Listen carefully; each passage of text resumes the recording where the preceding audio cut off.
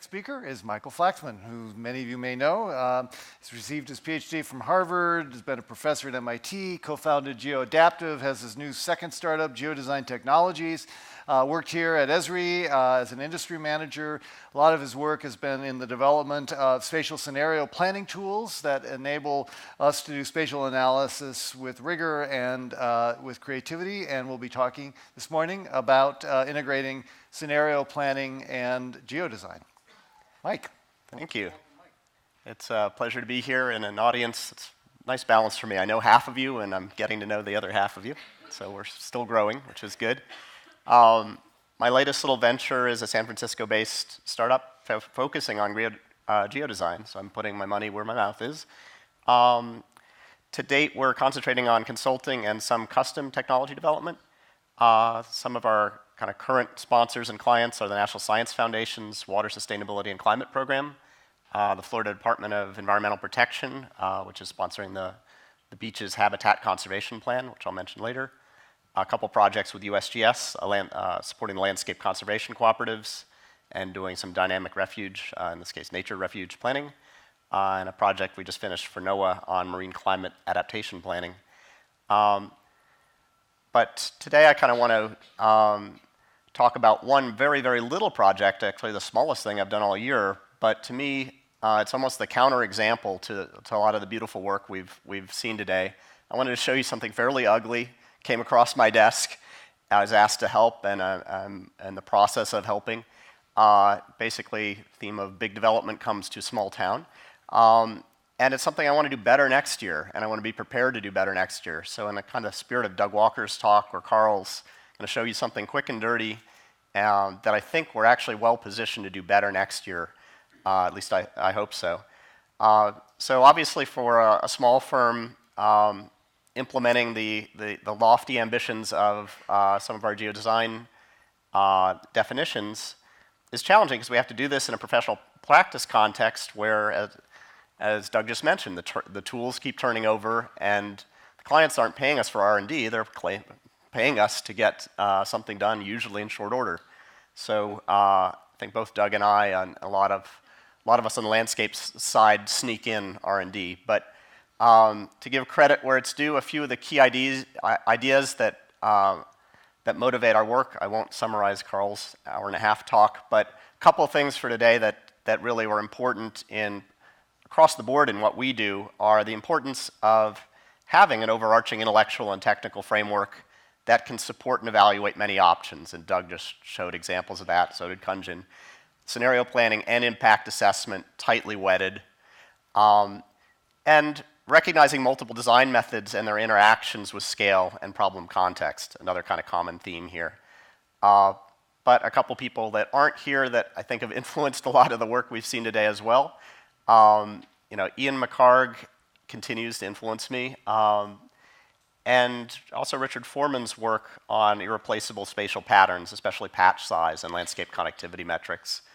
And I think that those form the ecological backbone of a lot of what we do still. Some other thinkers that we're spending a lot more time on are the kind of early champions of ecosystem services. And so there I'm crediting two out of many, but Bob Constanza for a seminal science paper taking on the green infrastructure of the planet, and Gary Moll, who I work with fairly closely, and used to be at American Forests. Some of the work that I'm doing today was with him and his current NGO. Basically, even 30 years ago, he had the concept that ecosystem services can be quantified in GIS, and they can be developed in formats that support local decisions. And he went out and worked with hundreds of towns across the country from a forest ecosystem services perspective. However, part of the challenge in doing this is the kind of missing manual problem. Where are the missing technical methods? And had a little fun with my names here, but I'm looking for some automatic McCargianism, or Professor Yu's defensive strategies. Basically, we need to be able to get resource inventory and spatial defense strategies kind of into the core of what we're doing you can negotiate how big the stream buffer is. You can't negotiate ignoring hydrology. And so we really need to kind of up our game in what we start with, and hopefully we can build those rule sets into the next city engine. Computerized Steinitzyism, basically we need, McCarg was half right, but we really do need to pay attention to real estate attractiveness and competition as it occurs on the landscape for change, and if to ignore that is really foolish. So we need computerized methods for doing growth allocation. What I'm calling Mall on Demand for Gary Mall is basically we need to be able to quantify ecosystem services on the fly, and that needs to be on tap. It needs to be easy. Of course, making all this easy is devilishly difficult. Overall, we're really trying to develop digital scenario planning that really has characteristics that are uniform across the use of a lot of geodesign, a lot of scales. We've got to manage many plans or scenarios, many evaluations, and many participants. And I'll have some ideas about that. So the other motivation for my topic today is that the current generation of geodesign tools that are coming online are largely sketch-based. And so I really been asking myself not, what do we do 10 years from now, but what we can do this year that's going to move the needle forward. So what simple things can we do immediately with the available tools and coming online tools? That said, a lot of my work is designed by rule. Large projects need performance-based assessments and methods that work at large scale. I won't talk about that so much today. Talked about it a little at last UC and will for the next one. But the ultimate goal is really to keep things interoperable. I think you've seen a number of examples from professional practice. The great thing about professional practice is we are pragmatists. We will use the best model anybody gives us that works. And basically, we need to find ways of keeping those things tightly coupled so that we can get interaction and rapid iteration. That's fundamental to our method. That's fundamental to being successful at this. So that's the only non-negotiable part. We can't do an NSF research project for every design we need to do. So leveraging geosketching gives us the ability to rapidly generate alternatives, and I want to make the second point always to do fast evaluations. And really what's coming on stream this year is a subset of all the evaluations you could think to do, but it's an important subset. It's really overlay with pre-computed resource vulnerability layers. And that's kind of what Bill's team showed earlier. And that doesn't solve every problem, but it solves a lot of them. So let's use it. I'll show some examples. One of the challenges is that with the current state of the technology, it's really important to stage appropriate constraints and evaluations. Otherwise, sketch planning can kind of really lack the information to cite things appropriately. And I'm going to show you, again, a kind of devil's counterexample. In sequential design in particular, that leads to kind of irreversible design errors, like misplacing dense centers because you ignored where the hydrology is. And current geodesign pens or tools don't really give you direct feedback about the environment. That's kind of always been a long-term vision to be able to have a tool that understands terrain and can follow a contour or can do a takeoff off of a stream and interactively generate a stream buffer. We're not there yet. So we need an immediate proxy. Unfortunately, we have one from the tradition of overlay masking and constraint-based work. So I'm going to show you an example from a very small town in North Carolina. Happens to be 6,000 people, and you can kind of see the scale of it. Located on the western edge of Research Triangle Park, however.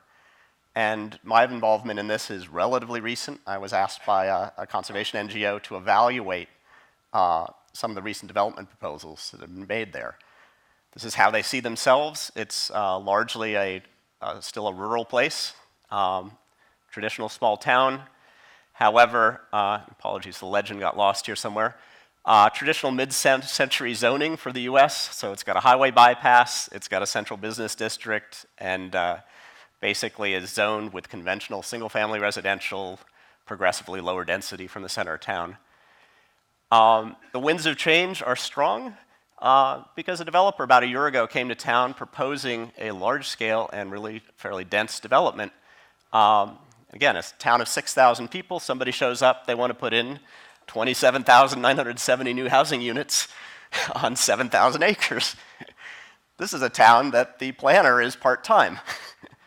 The public relations department of the developer probably has more employees than the sheriff's office, right? So they're proposing a huge thing, 22 million square feet of R&D space, Research Triangle Park 2, right? And the rhetoric behind the plan is new urbanist down the road, with these two artifacts being really almost the sum total of what the public has to judge this plan on at this point. There's supporting fairly vague documentation, but this plan, I had to get an intern to redigitize the plan because the developer wouldn't give it to us in digital form, and the town didn't have it in digital form. And then there's one rendering of something. So not surprisingly, this is a controversial plan. Pittsburgh is not for sale. Every resident showed up at one of these meetings. And they're basically requesting the town to rezone this entire area as a single planned unit development.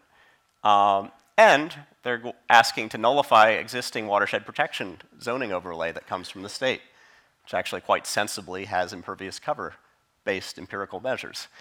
So the blurry plan, I apologize for it, but that's actually kind of the state of the data as we got it, to be fair, right? You can barely even read the legend, and yeah, that's what the public got. Classic, big development comes to small towns. So the proponents say Chatham Park will be the best expression of smart growth values, incorporating long-range regional considerations of sustainability, open space preservation, targeted goals to reduce natural resource consumption, connected technology. Wow, okay. And, the opponents basically say, at this point, developers have requested approval of a master plan that would be a blank check, and said, trust us. So, the opposition is nuanced. People do want growth there, but they actually do want sustainable growth. And the developer, if you take them at their word, they want this, or they say they want it, but the planning methods really really are hard to evaluate and makes it very, very difficult to evaluate. So what we did in about a day's work really is a classic McCargian overlay. So we obtained the relevant environmental geodata for the area. The green map underlaying this is not my work. It is the work of the county of Chatham County, and it's an environmental sensitivity index in a 9-graded scheme. And all we needed to do is literally to kind of overlay that data and figure out the intersects. And the relevant point is the state, county, and local groups had already created environmental inventories. They'd even created them in a simplified format, should be usable by anyone, and it got ignored. So this is where I don't want to be next year, right? The other thing that was obvious immediately after overlaying this, and in context, but not in the plan, is that the site happens to be located to the largest regional reservoir, which is currently impaired, and it's the regional drinking water supply. So funny they didn't mention that in the proposal. So I felt the need, probably a hazard of hiring me as I always do scenarios. So I didn't have an alternative plan, so I decided to make one in a day. And to do it in a brutal but reasonable way, which is to make a shadow plan that just said, what if we take the developer's plan and clip away from it the environmentally sensitive resources as previously identified by others? In other words, what if we tell them to go back to the drawing board and start with McCarg, like they should have? And so I made a little model builder tool that I affectionately called IAN for Integrated Assessment Neural Networks Tool, just because it's a nice acronym. And it just takes in the known constraints that we didn't generate, other people in the local place actually had already generated, has a single parameter, how strict do you want to be, how many of these constraints do you want? And this is the original plan, and this is what's left of it after you do that simple exercise of masking. Now you can be less tolerant, more tolerant, but I think you can probably already see that a lot of the basis of the plan falls apart immediately. because they didn't even bother to put the activity centers in areas that are sensible.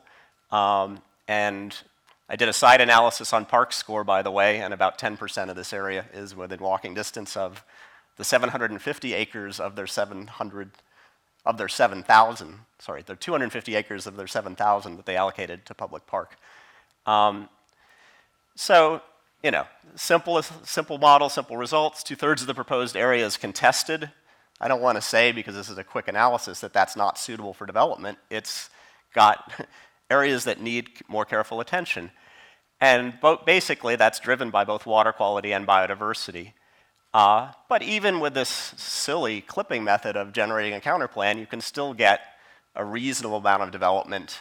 We haven't done pro formas, but you know, likely you could make an economically viable project still in this region, should you choose. But more to the point of this morning's conversation, what we did is we ran Gary Mull's ecosystem services analysis package on this, City Green. And I'm not showing you the whole report, which is 3 or 4 pages, but just the water quality and quantity piece running off for just one of the sub-areas of the plan. And with this kind of rapid evaluation tool, you can get a sense and convey to the public and local decision makers that, you know, there might really be a reason to look at green infrastructure in this location. And lots of different ways to communicate this information, but for people that like dollars and bottom lines, $5 million just for fixing one component of this plan in current green infrastructure for stormwater that you're wasting. I don't even want to start on the water quality chart and what's going into that reservoir. That we haven't really quantified, but well, the impacts of it we haven't quantified, but clearly you don't want more of that stuff in your water.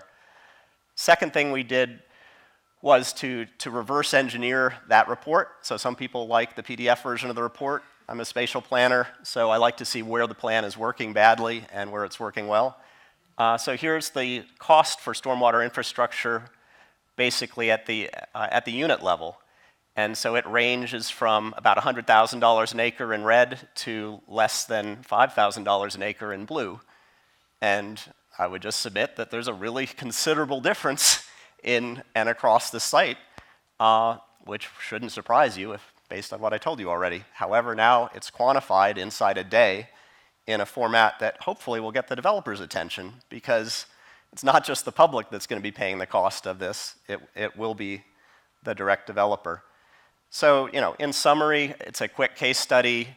Apparently, as far as I can judge from the concept plan, they're ignoring some pretty fundamental environmental issues. I hardly got into the cultural. And the result, the bottom line is you can get a significant cost savings to the town and the developer by retaining and using the existing green infrastructure, not to mention hiring Kunjin and doing some regenerative design. So, you know, roughly the diagnostic, well, 3 misses, right? The professional practice firm that did this, the developer that did this is one of the people that did Woodlands, Texas, and hired McHarg. What did they unlearn in 30 years? I don't know. This plan has nothing to do with the Woodlands, Texas case, even though the hydrology aspect is important. So they need to go back to their library and implement the basic environmental planning defaults that any professional practice firm should put into their base product. They really need to deliver a clearer proposal to the community. To ask a community of 7,000 people to judge this scale of development based on a concept plan is really very serious breach of public responsibility. And I think they should find design value in preserving and using the existing green infrastructure. They've said rhetorically they want to, so I'll take them at their word. Let's hope they do. For the government, it's hard to be too critical. I mean, it's a very small town, right? This is a classic development problem. But they could at least require clear plan submissions and should have a trigger for super large projects to at least require basic documentation. Again, all of the map data needed to do this overlay analysis was publicly available.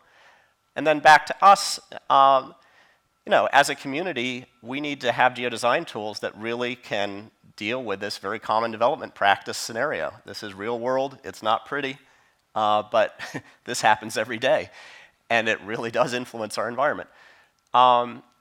So nothing in this analysis required complex analysis, with the possible exception of Gary's tool, which is actually soon to be web services.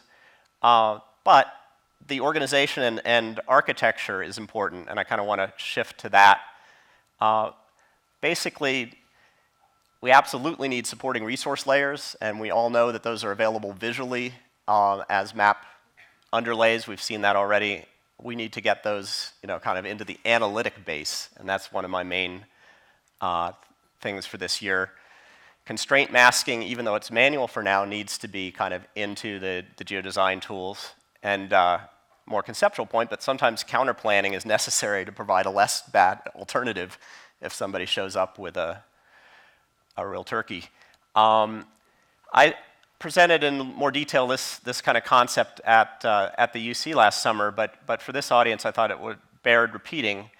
If you take Carl's framework and you flip it around, instead of thinking about process, you think about products, that actually is useful for technical folks to come up with endpoints that are then discrete objects, and for interoperability to figure out who's making which object or document in a form that somebody else can use down the chain. So in every project that we do, we use at least 3 types of representation and evaluations, and they are fairly uniquely different, and I've seen them in pretty much everybody else's presentation. We do constraint mapping, we look at resource layers, and we do attractiveness, and Doug just showed more elegantly an example of that. Well, if we're all using that stuff, it should have a higher level object in geodesign that we can then share what we do in these.